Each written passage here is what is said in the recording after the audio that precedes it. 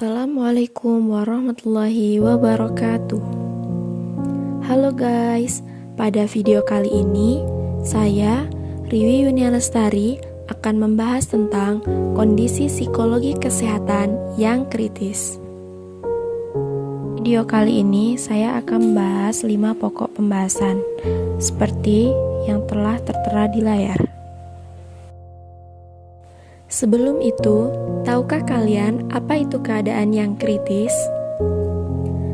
Secara medis, terdapat 4 keadaan yang kritis.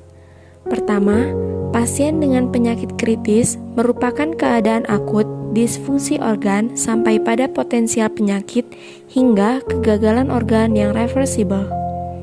Kedua, pasien yang membutuhkan pemulihan cepat. Jika tidak, akan terancam meninggal dunia. Yang ketiga, pasien kritis merupakan pasien yang dapat dinilai dari lamanya menggunakan ventilator dan trakeostomi.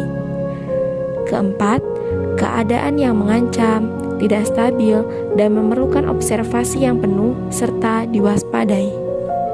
Apa saja kategori penyebab kondisi keadaan kritis? Kategori penyebab kondisi keadaan kritis: pertama, berada di ruang ICU. Kedua, kehilangan daya kemandirian sehingga membutuhkan orang lain untuk beraktivitas. Ketiga, kunjungan keluarga sangat dibatasi. Yang keempat, banyak alat yang terpasang sehingga menyebabkan pasien tidak nyaman dan merasa seram dalam ruangan tersebut. Adakah teori pendukung keadaan kritis? Teori pendukung keadaan kritis adalah teori yang mendukung penyembuhan dalam pasien kritis. Yang pertama, teori Hold Belief Model. Teori ini berkaitan dengan diagnosis yang menyebabkan pasien mengetahui bahwa dia sedang tidak baik-baik saja, sehingga memperparah penyakitnya. Maka, dalam hal ini, seorang pasien harus memperkuat dirinya sendiri melalui sebuah penerimaan. Kedua, teori dukungan sosial atau dukungan eksternal, yakni berupa perhatian emosi dari keluarga maupun bantuan instrumental berupa barang yang disukainya. Lalu, bagaimana cara mengetahui seorang tersebut kritis? Cara mengetahui seorang tersebut kritis yakni dengan pengukuran keadaan kritis yang dapat dilakukan dengan 2 cara, yakni objektif dan juga subjektif. Objektif yakni berupa pemeriksaan dokter seperti pada gambar di atas.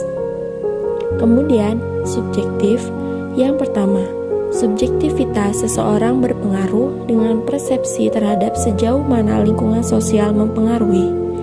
Yang kedua, kepercayaan keluarga pasien yang beranggapan kondisi pasien kritis. Serta yang terakhir, pasien dalam keadaan yang belum buruk, hanya tidak dapat makan atau minum. Namun, keluarga enggan membawanya ke rumah sakit karena takut divonis memiliki penyakit kritis. Psikologi kesehatan kritis. Pada dasarnya, titik mental kritis berada pada stres atau pemikiran yang berlebih. Hal ini tidak hanya terjadi pada seorang pasien, namun juga terjadi pada perawat. Hal ini disebabkan masalah keluarga dan pekerjaan yang tercampur, lingkungan yang tidak sesuai dengan ekspektasi, hubungan dokter dengan perawat yang senioritas, serta beban kerja yang berat. Sehingga solusinya adalah perawat harus mampu mengatasi masalahnya agar tidak mempengaruhi proses penyembuhan pada pasien, serta memberikan informasi kepada keluarga pasien terhadap kondisi pasien dan melibatkan keluarga dalam proses penyembuhan. Sedangkan psikologi kesehatan kritis pada pasien disebabkan pasien sendirian dan tidak ada teman, keterbatasan kunjungan, rasa sakit yang berlebihan, serta merasa tidak berdaya dan diambang kematian. Solusinya adalah modifikasi lingkungan.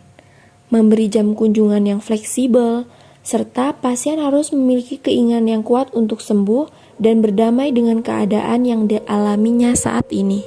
Sekian yang dapat saya sampaikan pada video kali ini.